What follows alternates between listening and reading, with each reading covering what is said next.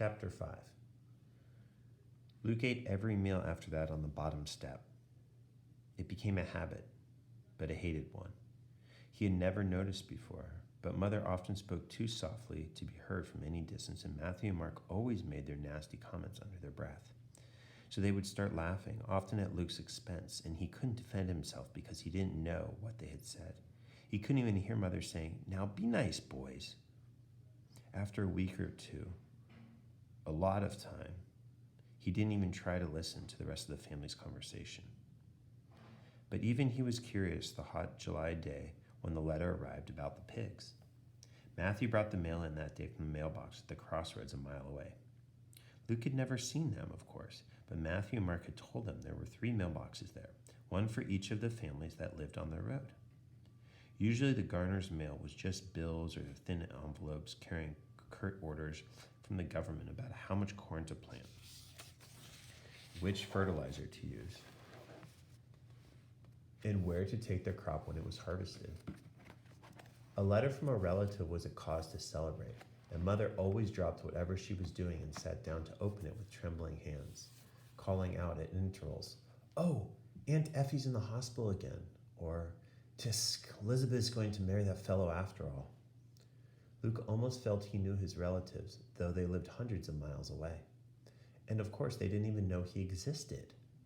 The letters Mother wrote back painstakingly late at night when she'd saved up enough money for a stamp contained plenty of news of Matthew and Mark, but never once had mentioned Luke's name.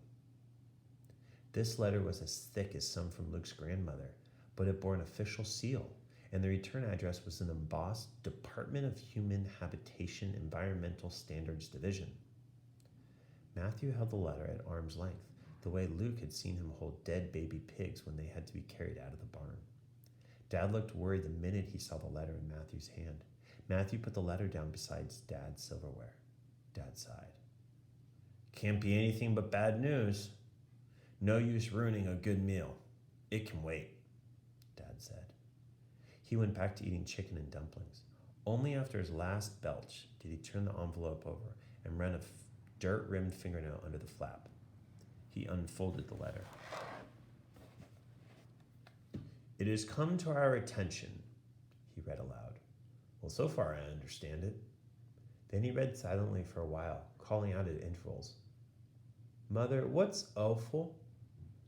And where's the dictionary? Matthew, look up reciprocity." Finally, he threw down the whole thick packet and proclaimed, "They're gonna make us get rid of our hogs." "What?" Matthew asked, more serious than Mark, but he had talked for as long as anyone could remember about, "When I get my own farm, it's going to be all hogs.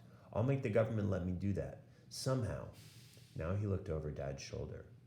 "You mean they're just going to make us sell us a lot at one time, right?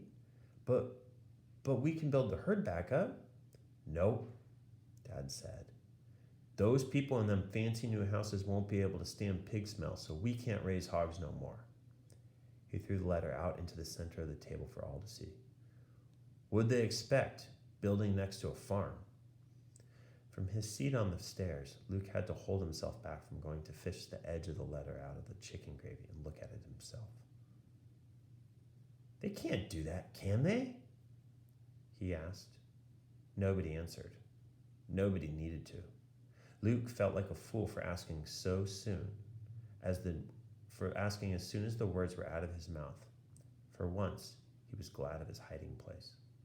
Mother twisted a dish rag in her hand. "Those hogs are our bread and butter," she said.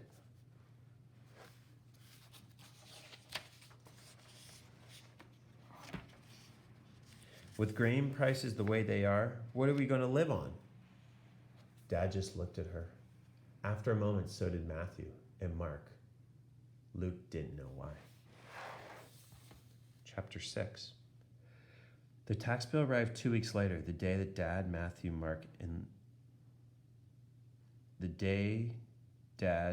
and Mark loaded the hogs onto the livestock trailer and took them all away. Most were going to the slaughterhouse. The ones too young and too small to bring a decent price were going to an auction for feeder pigs. Luke watched through the vent at the front of the house as Dad drove by in a battered pickup with each load. Matthew and Mark sat in the back of the pickup, making sure the trailer stayed hitched right. Even 3 stories up, Luke could see Matthew's hangdog expression. Then, when the 3 of them came into the house for dinner, after washing the last of the hog smell off their hands in the mudroom, Dad handed Mother the tax bill without comment. She put down the wooden spoon she'd been using to stir the stew and unfolded the letter. Then she dropped it. Why, that's... She seemed to be doing the math in her head as she bent to retrieve it. That's 3 times what it usually is. There must be a mistake. Dad shook his head grimly. No mistake. I talked to Williker at the auction. The Willikers were their most nearest neighbors, with a house 3 miles down the road. Luke always pictured them with monster scales and fierce claws because of the number of times he'd been cautioned. You don't want the Willikers to see you. Dad went on. Williker says they raised everyone's taxes because of them fancy houses. Makes our land worth more. Isn't that good? Luke asked eagerly. It was strange. He should hate the new homes for replacing his woods and forcing him to stay indoors. But he'd half fallen in love with them, having watched every foundation poured, every wooden skeleton of walls and roofs raised to the sky. They were his main entertainment aside from talking to Mother when she came upstairs for what she called my Luke breaks. Sometimes she pretended his room needed cleaning as badly as bread needed baking or the garden needed weeding. Sometimes she just sat and talked. Dad was shaking his head in disgust over Luke's question. No, it's only good if we're selling, and we ain't. All it means for us is that the government thinks they can get more money out of us. Matthew was slumped in his chair at the table. How are we going to pay? He asked. That's more than we got for all the hogs, and that was supposed to carry us through for a long time. Dad didn't answer. Even Mark, who normally had a smart alecky comeback for everything, was stupefied. Mother had turned back to her stew. I got my work permit today, she said softly. The factory's hiring. If I get on there, I can maybe get an advance on my paycheck. Luke's jaw dropped. You can't go to work. Who will... He wanted to say, who will stay with me? Who will I talk to all day when everyone else is outside? But that seemed too selfish. Luke looked around. No one else looked surprised by Mother's news. He shut his mouth. Chapter 7. By mid-September, Luke's days had fallen into a familiar pattern. He got up at dawn just for the chance to sit on the stairs and watch the rest of his family eat breakfast. They all rushed now. Mother had to be at the factory by 7. Dad was trying to get all the machinery in working order before harvest, and Matthew and Mark were back in school. Only Luke had time to linger over his undercooked bacon and dry toast. He didn't bother asking for butter because that meant someone would have to stand up and bring it over to him, all the while pretending for the sake of the open window that they'd just forgotten something upstairs. As soon as the rest of his family had stomped out of the door, Luke went back to his room and watched out the vents. First out the front to see Matthew and Mark climb onto the school bus, then out the back, where the new houses were practically finished. They were mansions, as long as the gardener's house and barn put together. They gleamed in the morning sunlight, as though their walls were studded with precious jewels. For all Luke knew, maybe they were. Hordes of workmen still arrived every morning, but almost all of them worked indoors now. They headed into the houses first thing, carrying rolls of carpet, stacks of drywall, cans of paint. Luke couldn't see much of them after that. He spent more time now watching a new kind of traffic, expensive-looking cars driving slowly down the newly paved streets. Sometimes they pulled into a driveway and went into one of the houses, usually trailing a woman who appeared to be talking nonstop. It had taken Luke a while to figure it out. He certainly hadn't dared to ask anyone in this family, but he thought maybe the people were thinking about buying the houses. Once he realized that, he studied each potential neighbor carefully. He'd overheard Mother and Dad marveling that the people moving into the new houses were not just going to be city people, but barons. Barons were unbelievably rich, Luke knew. They had things ordinary people hadn't had in years. Luke wasn't sure how the barons had gotten rich when everybody else was poor, but Dad never said the word baron without a curse word or two in front of it. The people streaming through the houses did look different from anyone in Luke's family. They were mostly thin, beautiful women in form-fitting dresses, and heavy-set men in what Luke's dad and brothers called sissy clothes. shiny shoes, and clean, dressy pants and jackets. Luke always felt a little embarrassed for them showing up like that. Or maybe he was embarrassed for his family that they never looked like any of the Barons. Luke preferred it when the adults and children with them had Luke preferred it when the adults had children with them and he could concentrate on them. The smallest ones were always as dressed up as their parents, with hair bows and suspenders and other gewgaws Luke knew his parents would never buy.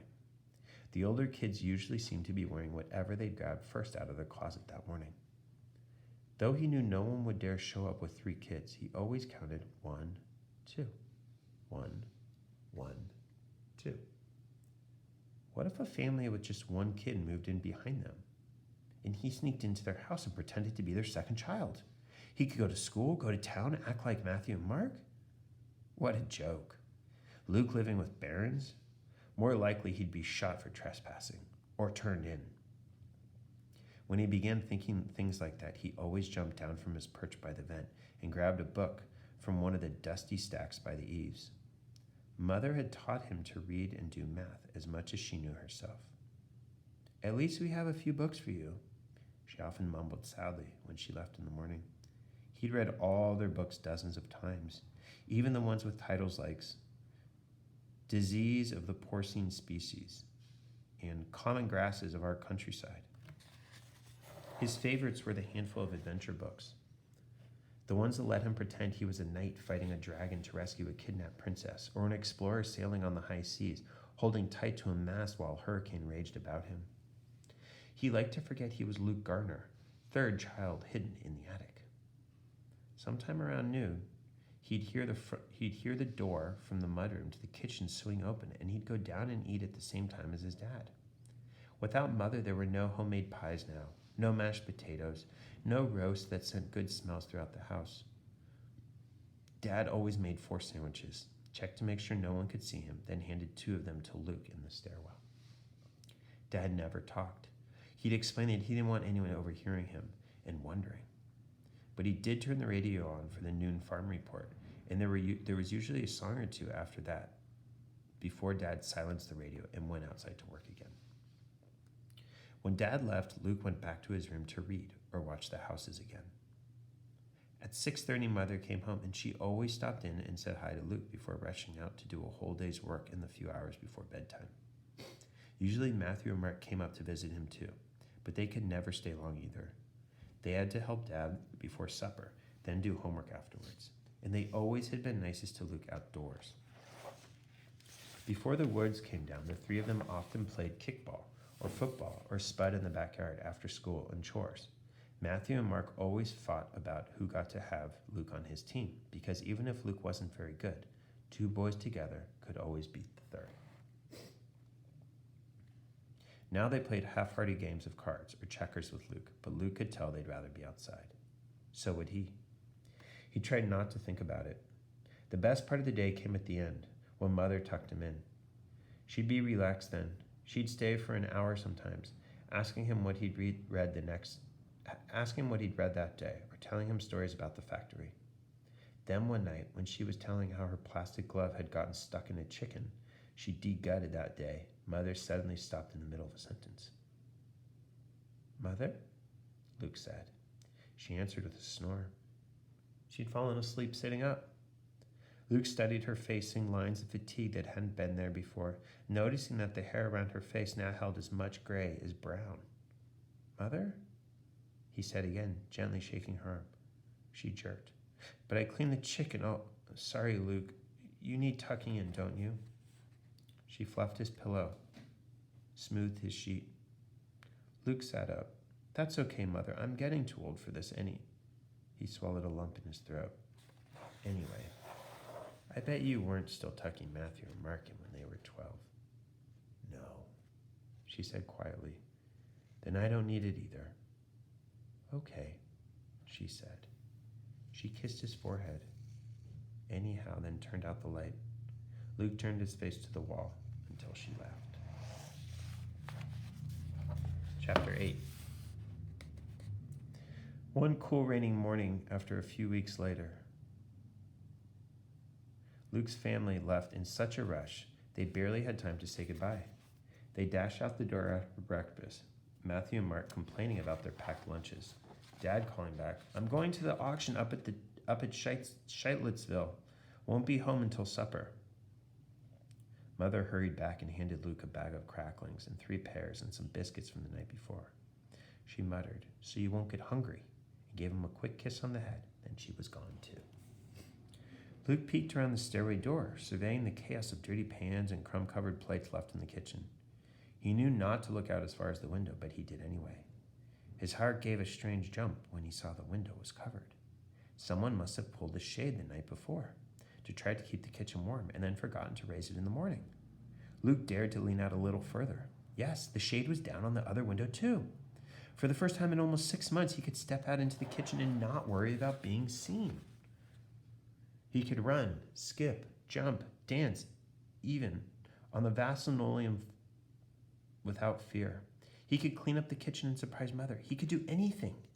He put his right foot out, tentatively, not quite daring to put his full weight on it. The floor squeaked. He froze. Nothing happened, but he retreated anyway.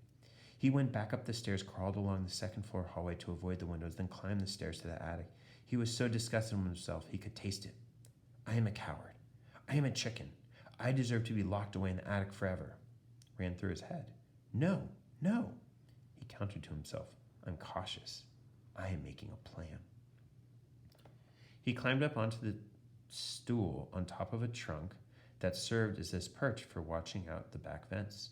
The neighborhood behind his house was fully occupied now. He knew all the families had come up with names for most of them. The Big Car family had 4 expensive cars sitting in the driveway. The Gold family had hair the color of sunshine. The Bird-bearing family had set a row of 30 birdhouses along their backyard fence, even though Luke could have told them it was pointless to do that until spring. The house he could see best, right behind the Garner's backyard, was occupied by the Sports family. 2 teenage boys lived there, and their deck overflowed with soccer balls, baseball bats, tennis rackets, basketballs, hockey sticks, and apparatus from games Luke could only guess at. Today, he wasn't interested in games. He was interested in seeing the families leave. He noticed before all of the houses were empty by 9 in the morning, with kids off to school and grown-ups off to work. 3 or 4 of the women didn't seem to have jobs, but they left too, returning late in the afternoon with shopping bags. Today, he just had to make sure no one was staying home sick. The Gold family left first. 2 blonde heads in one car, 2 blonde heads in another. The Sports family was next, the boys carrying football pads and helmets, their mother teetering on high heels. Then there was a flurry of cars streaming from every driveway onto the still sparkling new streets. Luke counted each person, keeping track so carefully that he made scratches on the wall, and counted the scratches twice again at the end. Yes, 28 people gone. He was safe. Luke scrambled down from his chair, his head spinning with plans. First, he'd clean up the kitchen. Then he'd start some bread for supper.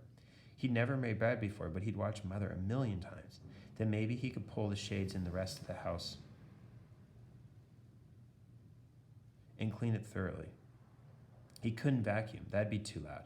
But he could dust and scrub and polish. Mother would be so pleased. Then in the afternoon, before Matthew and Mark or the kids of the neighborhood got back, he could put something on for supper. Maybe potato soup. Why, he could do this every day. He never considered housework or cooking particularly thrilling before. Matthew and Mark always scoffed at it as women's work. But it was better than nothing. And maybe, just maybe, if this worked, he could convince Dad to let him sneak out of the barn and help there too.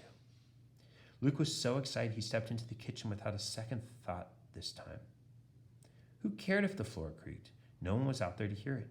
He gathered up dishes from the table and piled them into the sink, scrubbing everything with extraordinary zeal. He measured out flour and lard and milk and yeast and was putting it all in a bowl when it occurred to him that it might be okay to turn on the radio, very softly. Nobody's here. And if they did, they'd just figure the family had forgotten to turn it off, just as they'd forgotten to raise the shades. The bread was in the oven, and Luke picked up lint by hand from the living room rug when he heard tires on the gravel driveway. It was 2 o'clock in the afternoon, too early for the school bus or Mother or Dad. Luke sprinted for the stairs, hoping whoever it would just go away. No luck. He heard the side door creaking open, then Dad exclaimed, "What the?" He was back early. That shouldn't matter. But hiding on the staircase, Luke suddenly felt like the radio was as loud as an entire orchestra. Like the smell of baking bread could fill 3 counties. Luke! Dad yelled. Luke heard his father's hand on the doorknob. He opened the door. I was just trying to help, Luke blubbered. I was safe. You left the shades down, so I thought it was okay, and I made sure everyone was gone from the neighborhood. Dad glared. You can't be sure.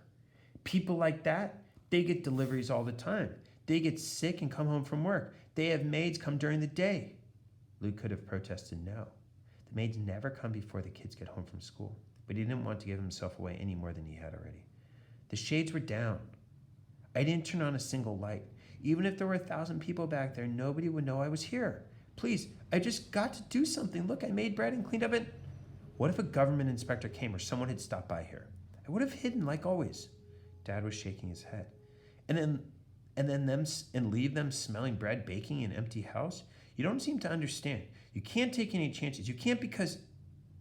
At that precise moment, the buzzer on the oven went off, sounding as loud as a siren. Dad gave Luke a dirty look and stalked over to the oven. He pulled out 2 bread pans and tossed them onto the stove. He flipped off the radio. I don't want you in the kitchen again. You stay hidden. That's an order. He went out the door without looking back. Luke fled up the stairs. He wanted to stomp angrily, but he couldn't. No noise allowed. In his room, he hesitated, too upset to read, too restless to do anything else. He kept hearing, you stay hidden. That's an order, echoing in his ears. But he had been hidden. He had been careful. To prove his point to himself, at least, he climbed back up on his perch by the back fence and looked out on this quiet neighborhood. All the driveways were empty. Nothing moved, not even the flag on the Gold family's flagpole or the spokes on the Bird Brain family's fake windmill. And then, out of the corner of his eye, Luke caught a glimpse of something behind one window of the Sports family's house. A face. A child's face. In a house where 2 boys already lived.